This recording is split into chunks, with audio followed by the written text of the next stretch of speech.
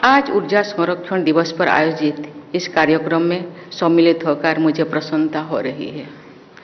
मैं आज पुरस्कार प्राप्त करने वाले सभी ऊर्जा संरक्षकों और एनर्जी एफिशिएंसी बढ़ाने के लिए नवाचार और नवीनतम टेक्नोलॉजी का प्रयोग करने वाले पुरस्कार विजेताओं को बहुत बहुत बधाई देती हूँ।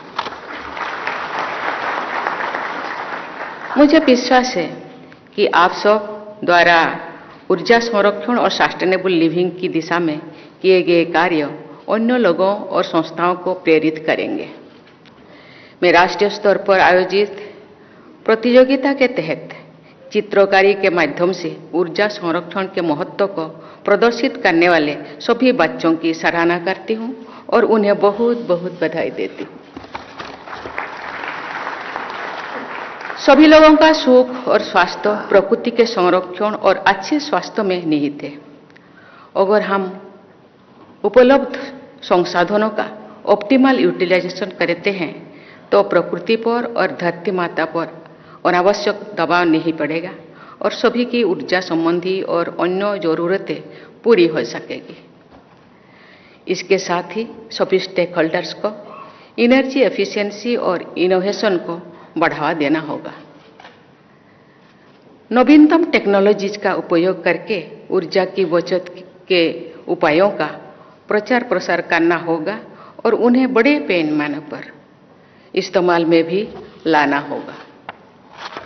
देवियों और स्वजनों, ऊर्जा की बचत ऊर्जा का उत्पादन है। ये संदेश बहुत ही उपयोगी है। इस संदेश को प्रसारित करने के लिए हम सबको मिलकर हर संभव प्रयास करना चाहिए। अगर हम विश्व भर में ऊर्जा स्रोतों के विकास और उपयोग की बात करें तो ये कहा जा सकता है कि 18th और 19th सेंचुरी में कमर्शियल एनर्जी का प्रमुख साधन कोयला था और 20th सेंचुरी में कोयला के साथ साथ ऑयल और नेचुरल गैस का भी उपयोग बढ़ा।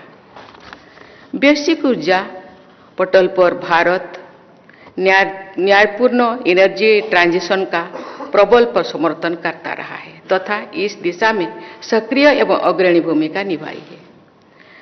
कल दुबई में COP28 की बैठक संपन्न हुई है।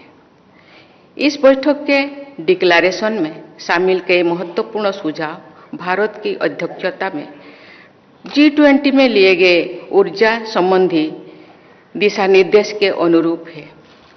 21st सेंचुरी में एनर्जी एफिशिएंसी बढ़ाने तथा रिन्यूएबल एनर्जी का उपयोग बढ़ाने पर विश्व समुदाय को निरंतर सक्रिय रहना होगा। हमें विंड, सोलर तथा स्मॉल और माइक्रो हाइड्रो प्रोजेक्ट से ऊर्जा का उत्पादन बढ़ाना होगा और पूरे देश में ऐसी ऊर्जा का उपयोग भी बढ़ाना होगा। रिन्यूएबल एनर्जी का अधिक प्रयोग करने के साथ साथ हमें ये भी प्रयास करना होगा कि हमसे कम संसाधनों के उपयोग से अधिक ऊर्जा का उत्पादन हो सके, यानी more energy from less resources. इसके साथ ही अपने सस्टेनेबिलिटी एफर्ट्स में ट्रिपल बॉटम लाइन के कॉन्सेप्ट के साथ हमें आगे बढ़ना चाहिए। किसी भी व्यापार से केवल इकोनॉमिक बेनिफिट्स ही नहीं बल्कि इन्वायरमेंटल और सोशल बेनिफिट भी होना चाहिए। देवी और स्वजनों, रिन्यूएबल एनर्जी सोर्सेस ऊर्जा के अक्षम स्रोत है। फॉसिल फ्यूल्स की खपत कम करने के प्रयास आज पूरे विश्व में हो रही है। क्लाइमेट चेंज और इन्वायरमेंटल पॉल्यूशन की चुनौतियों को देखते हुए राष्ट्रीय और अंतर्राष्ट्रीय स्तर पर विभिन्न समिट्स और कॉन्फ्रेंसेस निरंतर आयोजित हो रहे हैं। भारत क्लीन एनर्जी के क्षेत्र में सदा एक जिम्मेदार और अग्रणी देश के रूप में सामने आया है। लेकिन ये बात भी समय समय पर स्पष्ट करना होगा कि फॉसिल फ्यूल पर निर्भरता कम जरूर हो रही है, पर हमारे देश में फॉसिल फ्यूल बेस्ड एनर्जी भी अनिवार्य है। भारत क्लीन कोयल टेक्नोलॉजी को बढ़ावा दे रहा है, जिससे कि कोयला निकालने और उपयोग करने की प्रक्रियाएं अधिक एफिशिएंट और इन्वायरमेंट फ्रेंडली हो।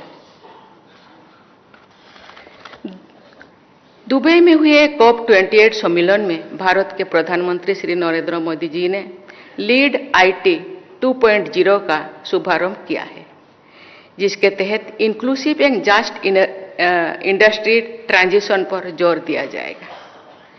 ये पर्यावरण को लेकर भारत की प्रतिबद्धता का परिणाम हुई है कि क्लाइमेट चेंज परफॉर्मेंस इंडेक्स की रैंकिंग में हमारे देश 10 वर्षों की अवधि में 30th से 7th स्थान पर पहुंच गया है।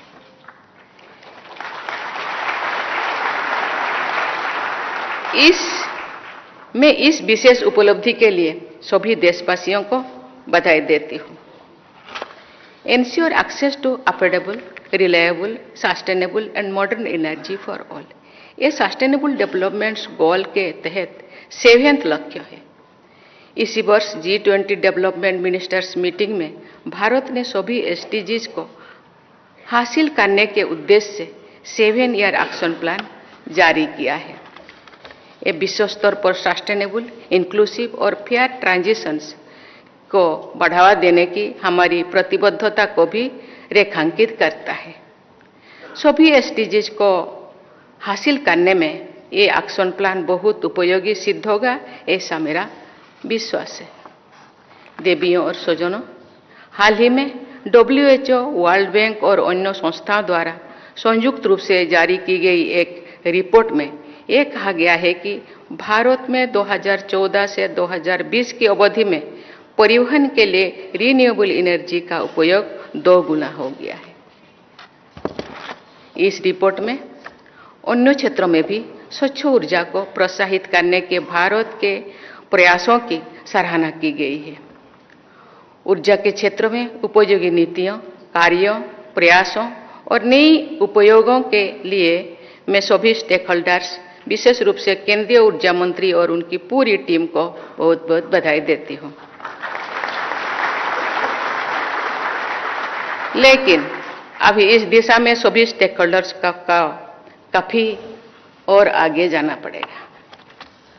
भारत के वर्ष 2030 तक नेशनली डिटरमाइंड कंट्रीब्यूशंस के लक्ष्यों को हासिल करने की यात्रा में केंद्रीय ऊर्जा मंत्रालय के green energy open access rules 2022 और रिन्यूएबल परचेज ऑब्लिगेशंस जैसे प्रयासों का भी महत्वपूर्ण योगदान रहेगा। लाइफ यानी लाइफस्टाइल फॉर इन्वायरमेंट के अनुरूप अब भारत ने ग्रीन क्रेडिट की पहल की है, जो हमारी परंपराओं से जुड़ी पर्यावरण संरक्षण की पद्धतियों को प्रोत्साहित करती है। मैं आशा करती हूं ये सभी प्रयास हमारे स्वच्छ ऊर्जा और पर्यावरण संबंधी लक्ष्यों को हासिल करने में महत्वपूर्ण सिद्धि होगा। देवियों और स्वजनों, बच्चे देश का भविष्य भी है और चेंज एजेंट्स भी है। ये बहुत प्रसन्नता की बात है कि 5वीं से 10वीं कक्षाओं के बच्चे जागरूकता और इतनी संवेदनशीलता के साथ ऊर्जा से जुड़ी सुंदर चित्रकला का प्रदर्शन कर रहे हैं। ऐसी प्रतियोगिताओं से बच्चों की कला, कल्पनाशीलता और प्रतिभा को भी बढ़ावा मिलता है। अगर आज स्कूल जाने वाले सभी बच्चे प्रकृति को अनुरूप जीवन शैली को अपनाना शुरू कर दे तो निश्चित ही हम इंक्लूसिव और सस्टेनेबल डेवलपमेंट के लक्ष्यों को प्राप्त कर लेंगे। मैं ऐसी प्रतियोगिता को की आयोजन करने वाले संस्थाओं को बधाई देती हूं। अंत में सभी पुरस्कार विजेताओं को मैं फिर से शुभकामनाएं और बधाई देती हूं। मैं कामना करती हूं कि भारत सहित पूरा विश्व समुदाय स्वच्छ ऊर्जा के सक्षम उपयोग की दिशा में और तेजी से आगे बढ़े। धन्यवाद। जय हिंद, जय भारत।